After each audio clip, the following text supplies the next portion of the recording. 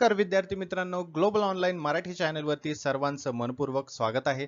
विद्यार्थी मित्रांनो, महाराष्ट्र सेट परीक्षा 2026 साठी तुम्ही जर कॉमर्स पेपर 2 मधून तयारी करत असाल तर हा व्हिडिओ तुमच्यासाठी अत्यंत महत्त्वाचा आहे. कारण आपला जो 10वा युनिट आहे उत्पन्न कर आणि कॉर्पोरेट नियोजन, यामध्ये एक महत्त्वाचा टॉपिक आहे, तो म्हणजे रेसिडेन्शियल स्टेटस इन इंडिया. यावरती भरपूर वेळा एक्झामिनेशन मध्ये प्रश्न विचारले गेलेले आहेत. मग ते प्रश्न कसे विचारले जातात, कोणत्या पॅटर्न मध्ये असतात, या सर्व गोष्टी आजच्या सेशन मध्ये तुम्हाला कळणार आहे. कारण आपण या टॉपिक वरती 100% एक्झामिनेशन मध्ये प्रश्न विचारले जातात. ते टॉपिक्स किंवा ते एमसीक्यूज आपण आज डिटेल मध्ये बघणार आहोत. त्यामुळे सर्वांनी हा व्हिडिओ शेवटपर्यंत बघायचा आहे. पुढे जाण्याआधी अत्यंत महत्त्वाची गोष्ट तुम्हाला सांगू इच्छितो. बघा, महाराष्ट्र सेट 2026 च्या एक्झामिनेशनची नोटिफिकेशन लवकरच येण्याची शक्यता आहे. आणि एकदा नोटिफिकेशन आली की ऍप्लिकेशन फॉर्म्स पण लगेच भरले जातील आणि एक्झामिनेशन पण लगेच होणार आहे. त्यामुळे आपल्याकडे जास्तीत जास्त वेळ उरणार नाही. त्यामुळे महाराष्ट्र सेट एक्झामिनेशनसाठी पेपर 1 आणि पेपर 2 या दोन्हीची तयारी आपल्याला करायची आहे. आणि त्यासाठी आपली लाईव्ह बॅच येत्या 18 मे पासून सुरू होत आहे. यामध्ये तुमचा पेपर 2 कॉमर्सचा संपूर्ण सिलेबस हा लाईव्ह सेशन्स मध्ये कव्हर केला जाईल, ज्यामध्ये तुमचा सिलेबस कम्प्लिटली कव्हर होणार आहे. जर तुम्हाला काही कारणामुळे लाईव्ह सेशन अटेंड करता नाही आला तर त्याचा रेकॉर्डेड व्हर्जन पण तुम्हाला मिळेल, जेणेकरून तुमची स्टडी कुठेच थांबणार नाही. बरोबर आहे. त्यासोबतच तुम्हाला स्टडी मटेरियल पण मिळणार आहे, जसे की मॉक टेस्ट है ना, PYQs with explanation, MCQs, unit wise MCQs है ना, डाउट क्लिअरिंग सेशन्स पण त्यामध्ये तुम्हाला मिळणार आहेत. मॅरेथॉन सेशन पण तुम्हाला मिळणार आहेत. आणि पेपर 2 सोबत सगळ्यात महत्त्वाची गोष्ट म्हणजे पेपर 2 च्या बॅच सोबत तुम्हाला पेपर 1 ची बॅच सुद्धा फ्री ऑफ कॉस्ट मिळणार आहे. तर अजिबात उशीर करायचा नाहीये. आजच या नंबरवरती व्हॉट्सअप मेसेज करा किंवा व्हॉट्सअप कॉल करा किंवा ग्लोबल ऑनलाईनचं ऍप्लिकेशन डाउनलोड करा आणि ऍप्लिकेशनच्या थ्रू तुम्ही ही बॅच फटाफट जॉईन करून प्रिपरेशनला सुरुवात करा. कारण नोटिफिकेशन आल्या आल्या आपल्याला खूप घाई करायची आहे, फटाफट प्रिपरेशनला लागायचं आहे. ठीक आहे. तर 18 मे पासून आपली लाईव्ह बॅच सुरू होत आहे. सर्वांनी आजच जॉईन करायचं आहे आणि प्रिपरेशनला सुरू करायचं आहे. तर हा आहे तुमचा पहिला प्रश्न. बघा, under the income tax act 1961 an individual is considered a resident in India if they satisfy which of the following conditions. ठीक आहे. आता इंडियन रेसिडेंट म्हणून घ्यायचा असेल तर तुम्हाला काही कंडिशन्स सॅटिस्फाय करावे लागतात. मग त्यापैकी कुठले कंडिशन्स आता ऑप्शन्समध्ये दिलेले आहेत, जेणेकरून आपल्याला इंडियन रेसिडेंट म्हणून कन्सिडर केलं जाईल. ठीक आहे. ए, they stay in India for at least 182 days in the relevant financial year. B, they stay in India for the at least 60 days in the relevant financial year and 365 days in 4 preceding years. म्हणजेच तो संबंधित आर्थिक वर्षामध्ये किमान 60 दिवस तरी भारतात असायला पाहिजे आणि मागील 4 वर्षामध्ये कमीत कमी 365 दिवस भारतात असायला पाहिजे. सी ऑप्शन म्हणतो की तो संबंधित आर्थिक वर्षात कमीत कमी 90 दिवस तरी भारतात राहायला पाहिजे. किंवा ऑप्शन डी, ए आणि बी हे दोन्ही बरोबर आहेत. ठीक आहे.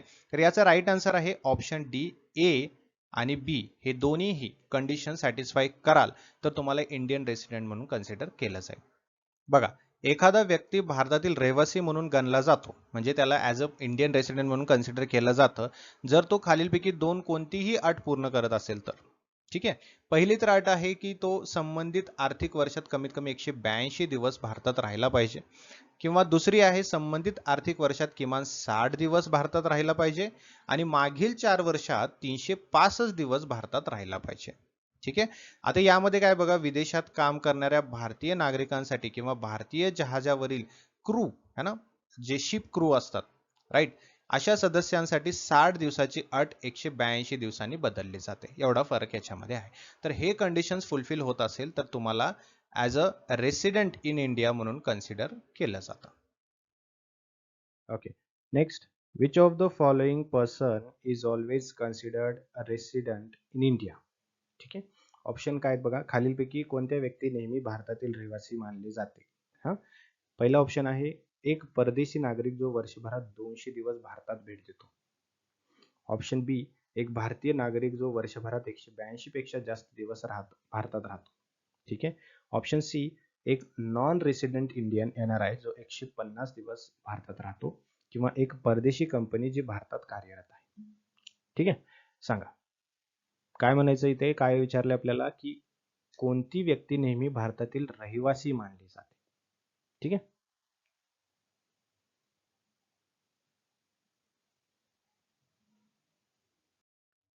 तर याचा राईट आन्सर आहे option B. An Indian citizen who resides in India for more than 182 days in a year. एक भारतीय नागरिक जो वर्षभरात 182 पेक्षा जास्त दिवस भारतात राहतो. ठीक आहे, हे खरं उत्तर आहे, हे राईट आन्सर आहे. आयकर कायदा 1961 नुसार एखादी व्यक्ती जर वित्तीय वर्षात 182 दिवस किंवा त्याहून जास्त काळ भारतात राहिली असेल तर ती व्यक्ती तिच्या राष्ट्रीयतेची पर्वा न करता भारताची रहिवासी मानली जाईल. ठीक आहे. पुढील प्रश्न. Who among the following is considered resident but not ordinary resident RNOR in India. ठीक आहे. खालीलपैकी कोणाला भारतातील निवासी परंतु सामान्यतः निवासी नसलेले म्हणजे RNOR मानले जाते? एक व्यक्ती जी गेल्या 10 वर्षापैकी 9 वर्ष भारतात रहिवासी नसलेली आहे. एक व्यक्ती जी गेल्या 7 वर्षात 730 दिवस किंवा त्यापेक्षा कमी वेळा भारतात राहिलेली आहे. दोन्ही ए आणि बी की वरीलपैकी कोणतेच नाही. ठीक आहे. विचार करून याचं उत्तर द्या तुम्ही. मला कमेंट बॉक्समध्ये याचं उत्तर हवं आहे, ABCD जे काय असेल ते.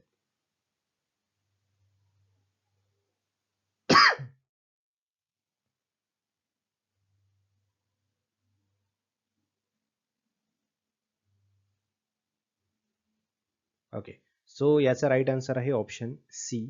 दोन्ही ए आणि बी म्हणजेच एक व्यक्ती जी गेल्या 10 वर्षापैकी 9 वर्ष भारतात रहिवासी नसलेली असेल. ठीक आहे. आणि एक व्यक्ती जी गेल्या 7 वर्षात 730 दिवस किंवा त्यापेक्षा कमी वेळा भारतात राहिलेली असेल. ठीक आहे. बघा, एका व्यक्तीस, ठीक आहे, निवासी परंतु सामान्यतः निवासी नसलेला RNOR मानले जाते जर ते खालीलपैकी कोणत्याही एका अटी पूर्ण करतात. गेल्या 10 वर्षापैकी 9 वर्ष भारतात न निवासी होते. ठीक आहे. त्यांनी मागील 7 वर्षात भारतात 730 दिवस किंवा त्यापेक्षा कमी वेळा वास्तव्य केलेले आहे. ठीक आहे. RNOR जे आहेत याला वेगळ्या पद्धतीने कर लावला जातो कारण फक्त त्यांचे भारतीय उत्पन्न करयोग्य असते तर त्यांचे परदेशी उत्पन्न करयोग्य नसते जोपर्यंत ते भारतीय व्यवसाय किंवा व्यवसायातून उत्पन्न प्राप्त करत नाही. ठीक आहे. त्याने जर उत्पन्न भारतातून केलं असेल किंवा काय म्हणतात त्याला भारतामध्ये व्यवसाय करून उत्पन्न प्राप्त केलेलं असेल तर त्याला आपण कर लावतो. ठीक आहे. अन्यथा कर लावत नाही. तर त्यांची जी रेसिडेन्शियल जी कंट्री आहे जिथले ते रेसिडेंट आहेत तिथे त्यांना कर द्यावा लागतो. Next. Which of the following entities is classified as a resident under Indian tax laws? भारतातील कर कायद्यानुसार खालीलपैकी कोणता घटक निवासी म्हणून वर्गीकृत केला जातो? भारतात स्थायी संस्था असलेली परदेशी कंपनी, कंपनी कायद्याखाली स्थापन केलेली भारतीय कंपनी, जी कंपनी ज्याचे प्रभावी व्यवस्थापनाचे ठिकाण, ठीक आहे, भारतात आहे, की बी आणि सी हे दोन्ही आहे. ठीक आहे. POEM.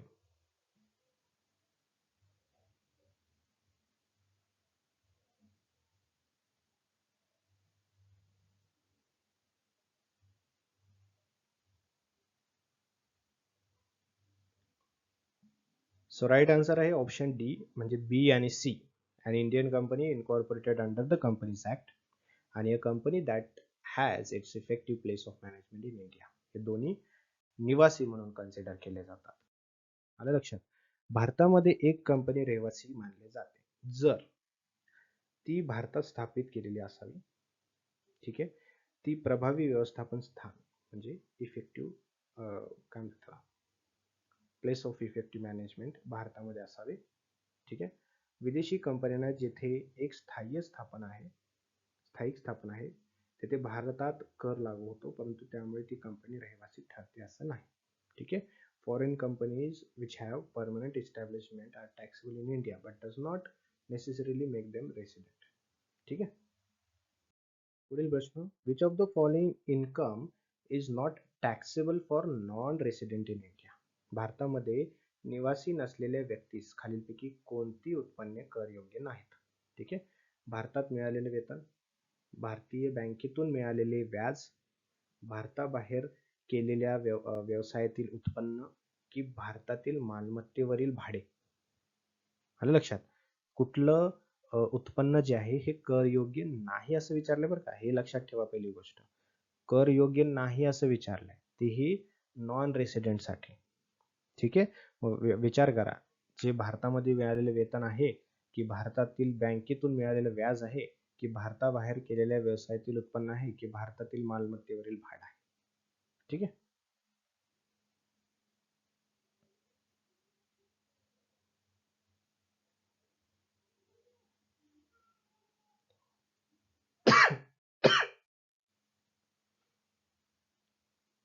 सो ऑप्शन सी म्हणजेच भारताबाहेर केलेल्या व्यवसायातील उत्पन्न. ठीक आहे. Income from business operations conducted outside India जर असेल तर नॉन रेसिडेंट साठी ते टॅक्सेबल नाही असं समजतं. बरोबर ना. बघा, non resident NR is only taxed on income that arises or is received in India. भारतामध्ये किंवा भारतात उत्पन्न झालेलं असेल किंवा मिळवलेला असेल तर त्याला कर द्यावा लागतो. ठीक आहे. जसे की त्यामध्ये काही समाविष्ट आहेत, भारतामध्ये मिळालेला पगार, भारतीय बँकेतून व्याज, भारतातील मालमत्तेवरून भाड्याचे उत्पन्न है ना. तथापि भारताबाहेरील व्यावसायिक क्रियाकलापांमधून मिळालेले उत्पन्न अप्रवासासाठी करार आहे म्हणजेच नॉन टॅक्सेबल आहे. ठीक आहे. वळूया पुढच्या प्रश्नाकडे. चला. The concept of residential status under income tax 1961 is used to determine. आयकर कायदा 1961 जो आहे त्याच्या अंतर्गत निवासस्थान किंवा निवासी स्थान या संकल्पनेचा वापर खालील गोष्टी निश्चित करण्यासाठी केला जातो. कोणत्या गोष्टी आहेत त्या? व्यक्तीचे नागरिकत्व, व्यक्तीची भारतातील करदायित्व, व्यक्तीचे राष्ट्रीयत्व की व्यक्तीचा जन्म ठिकाण. सोपं आहे, खूप सोपं आहे है ना. आता जे रेसिडेन्शियल स्टेटस आपण पाहतो अंडर इन्कम टॅक्स ऍक्ट 1961 तो कशासाठी पाहतो है ना. एका व्यक्तीचं नागरिकत्व आहे का नाही बघण्यासाठी, की नॅशनॅलिटी ऑफ इंडिव्हिज्युअल म्हणजे व्यक्तीचे राष्ट्रीयत्व बघण्यासाठी, की भारतामध्ये किंवा दुसऱ्या त्याच्या स्वतःच्या जन्म ठिकाण पाहण्यासाठी. ऑब्विस आहे है ना. आपण त्याचं टॅक्सिबिलिटी बघण्यासाठी, त्याचे तो किती करदायित्व आहे, त्याचं किती इन्कम भारतामध्ये झालेलं आहे है ना. त्यामुळे त्याला टॅक्स किती लावायचा हे पाहण्यासाठी आपल्याला रेसिडेन्शियल स्टेटस बघावं लागतो. अन्यथा ही बाकीच्या गोष्टीसाठी वेगळ्या गोष्टी बघाव्या लागतात. बरोबर ना. बघा, the concept of residential status determines weather a persons income is taxable in India. It is not based on the nationality or citizenship but on the number of days an individual has stayed in India during a financial year.